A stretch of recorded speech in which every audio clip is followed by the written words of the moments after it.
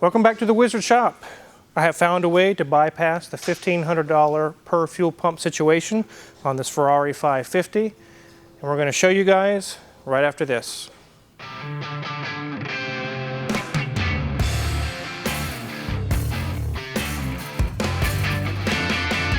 Okay. Many of you guys have seen this in a previous video already. We pulled the fuel pumps out because the driver's side of the engine, as opposed to the passenger side of the engine, had almost no fuel pressure.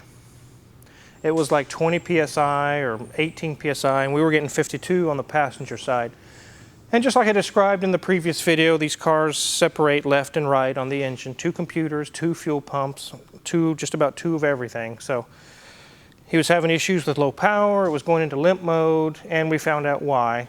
When we pulled the pumps, we found that ethanol had destroyed the rubber inside the fuel pump housings, and it just made a huge mess of black rubber and almost like a grease or a tar. Destroyed the fuel pumps. And we did some researching and found out that they're going to be $1,500 per side. And if we're going to pull all this apart, we're not just going to replace one fuel pump. The other one very likely was right behind it.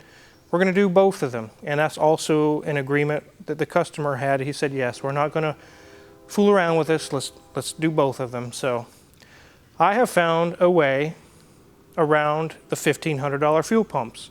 Let me show you guys. So I've already rebuilt the assemblies on both sides, but I have the leftover old fuel pumps here, and we'll show you guys. This was a rubber boot or a gasket that went around the pump. Let me show you guys here.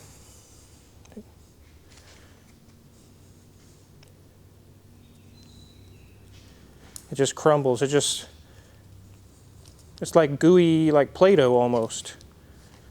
So that's why these failed. This came apart, got sucked up in the pump, and destroyed them. Let me set this over here. This is a Bosch fuel pump. I don't know if you guys can see it, but it says Bosch, and it has a part number right there. I traced this number and cross-referenced it to a Kia Rondo. There are lots of cars, Asian cars especially, that use the Bosch 580-453-443 fuel pump. Identical part numbers, down to the very number. So, this is the rebuilt assembly. It has the Kia Rondo fuel pump in it, which is a Bosch blah blah blah, the number I just read you. As you can see, I've done away with the gasket that used to be right here, where my finger is. I've got a cradle that's holding the pump.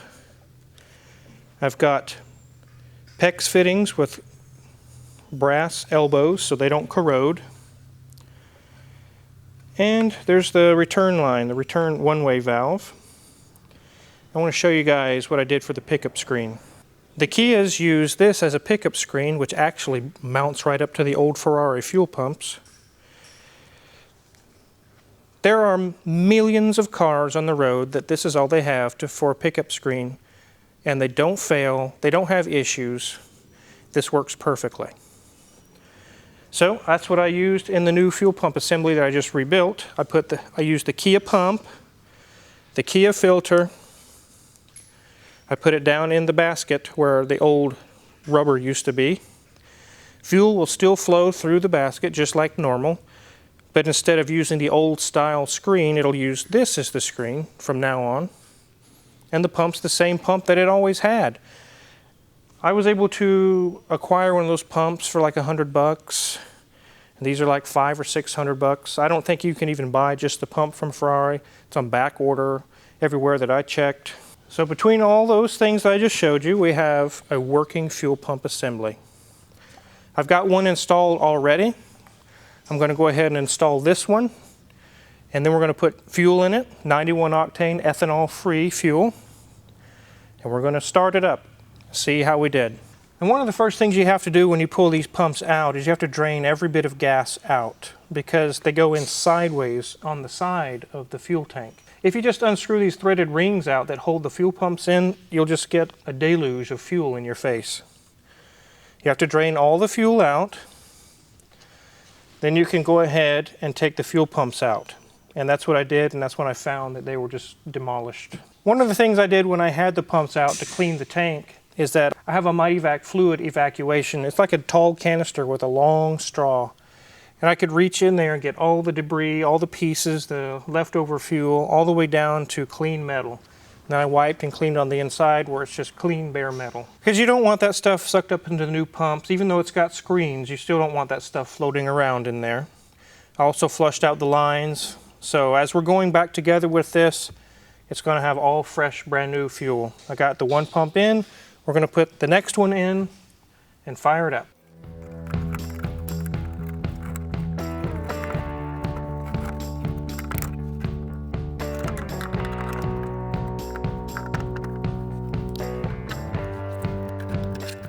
So I've got the pump situated in there with a new green, like a big flat ring and O-ring.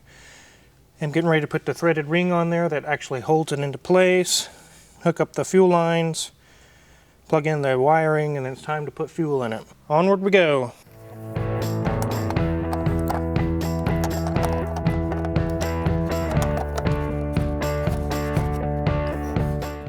Okay, now we're going to hook up the actual fuel lines. Got some new O-rings on there, some grease.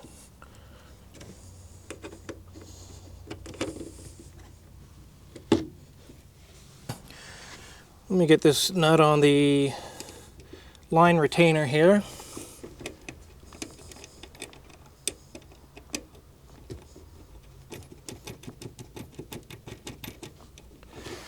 One thing you want to make sure of while you do any fuel pump work, especially when you first start on one of these, is to turn off the battery.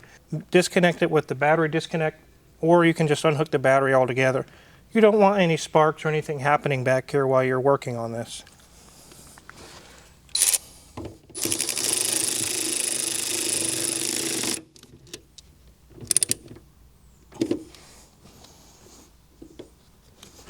Plug in my wires here. Fuel level sender, the fuel pump itself. I'm going to add a few more of these little blankets. I'm going to put about 10 gallons of gas in. If we notice any leaks, we will drain the tank again and keep it from getting too out of hand. We're not going to fill it up all the way full in case there is a leak. Then we have all that fuel to get out. Okay, now I'm ready to put some gas in. One thing to keep in mind is I don't have the rear trunk put all back together and the panels and things that go here, because if there's any issues, I want to be able to get right back into it and take care of it. So when we go road test this, it's going to be road tested just like it is. In case there's a tiny seepage or a tiny bit of a leak, we can take care of it before we go any further. So I'm not anticipating any leaks out of this. There shouldn't be. But you never know. Whenever you put something together like this, there might be a leak. And it has to be taken care of and addressed. So let's get the fuel and put it in the tank.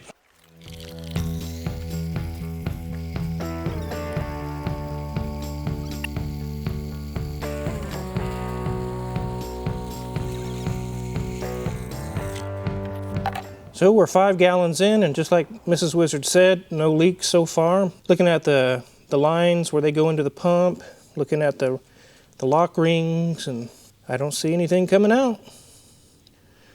Let's put the next 5 gallons in.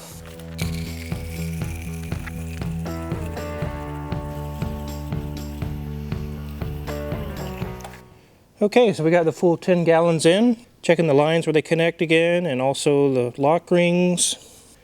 No leaks. That's good. So the reason why I put 10 gallons in is so we can get the fuel level up to those rings where the pumps actually seal, so we could check them for leaks. If you just put 2 gallons in, it won't even reach that high. So far it looks good. I like to use these light blue mats in these situations because if there's a leak or if there's anything going on, it'll be very easy to spot. If they were pitch black, it would be hard to detect any leaks. So that's why I have the light blue. Let's go ahead and open the hood and turn on the battery and cycle the pumps. So now we're going to turn on the master power switch here, or the battery disconnect. Now we have power to the car. I'm going to go inside and just cycle the key switch a couple times to get the pumps to cycle, and we'll see what we hear, and if it pumps up good, we'll check for leaks again, and then we'll try to start it. So I did hear the pump cycle. I heard like a dull roar sound, so that's a good sound. Let's do that a few more times.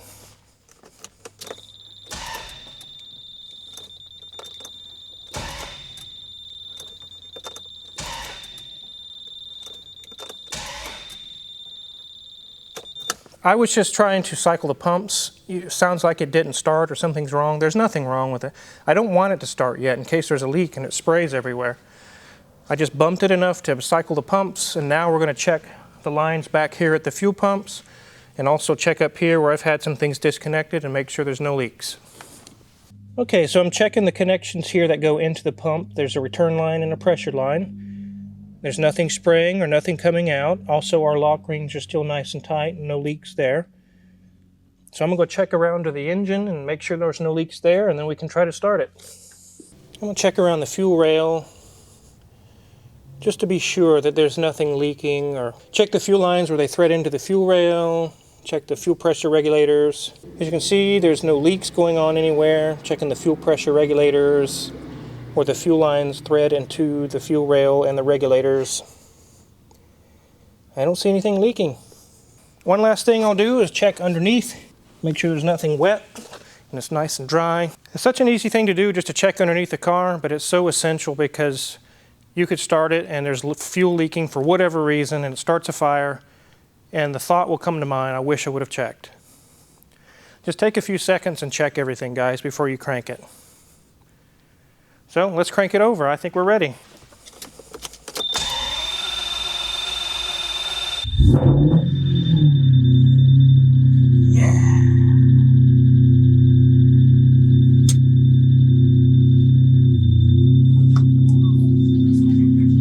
Huh? Why don't you go check for leaks, Miss Wizard?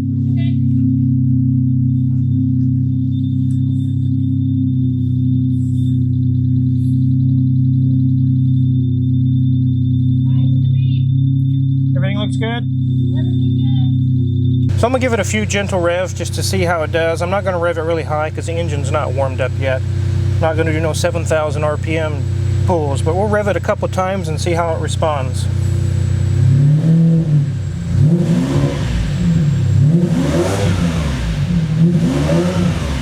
Oh, guys, that sounds wonderful. Thank you, Kia. So we got cranking. It took a little bit to bleed off the air. Like I said, I flushed the lines out. There was a lot of air in there. We had to flush that air out through the system. So it finally did crank and it started right up. The next thing I'm going to do is allow it to run for a little while, make sure there's no leaks, make sure it's happy, no issues. I'm also going to check fuel pressures on both sides to verify that we have solved the problem. About 52 like last time. That's wonderful. That's a Kia pump doing that. That's not a Ferrari pump. That's a Kia pump. Exactly what it was before. 52 PSI. Identical. The fuel pressure regulator regulates that, not the pump. So we're happy on this side. Let's check the other one. Look at there, guys. Right at 50, 51. It kind of fluctuates back and forth, 50, 51. So we're exactly where we need to be. It used to be 19 PSI on that side. Now we're back up where we need to be. We'll let it run a little longer and then we'll go take a quick road test and see how it does under acceleration, under load. Well, still no leaks, guys. Everything looks good. I did use a little grease on everything. You'll see a little sheen of grease, but that's not fuel. Good.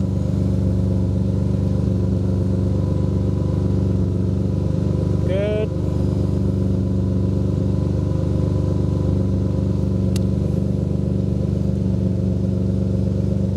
Everything looks good in here.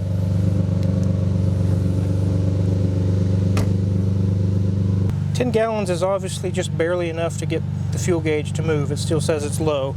It needs more fuel. It's good enough for testing now. Everything looks good. It's warmed up. I'll put my seat belt on.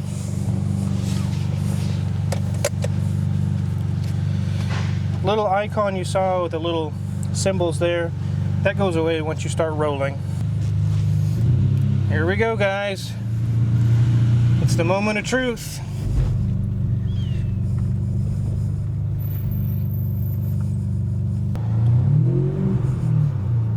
All right, here we go.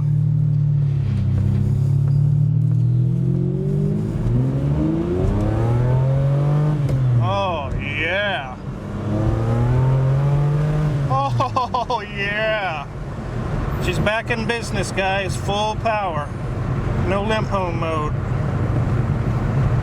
All right, guys, let's give her a run.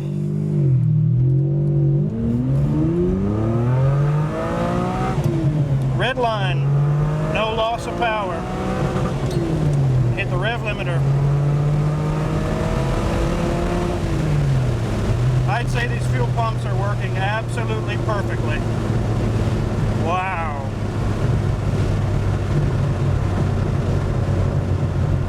Let's head back to the shop. That was pretty amazing, guys. This Ferrari has officially entered the Kia zone. Full power, amazing. It works great. Let's do one last check for leaks. We've already verified that it has no problem supplying the fuel it needs for a full power, full send. Let's check it out. Nice and dry, no leaks, and no leaks. Go check under the hood one more time. Nice and dry, no leaks. Everything's happy, guys.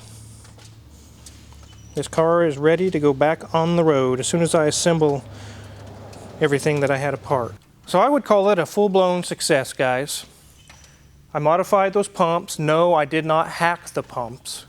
I modified them with original pumps with the matching identical part number.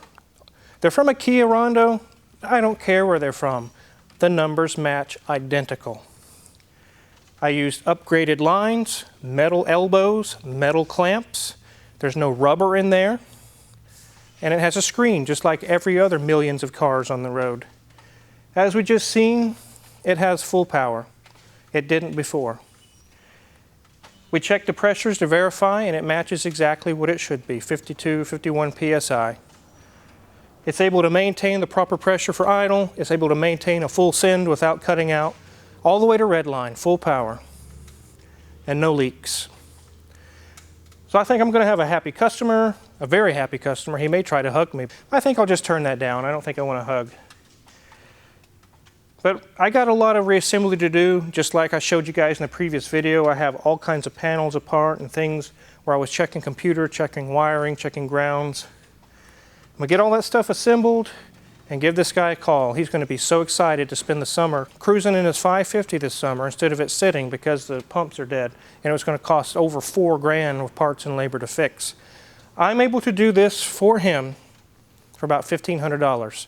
$500 to rebuild each pump and $500 for the labor to drain the tank and replace and clean everything out. So $1,500 versus $4,000. That's a no-brainer, guys.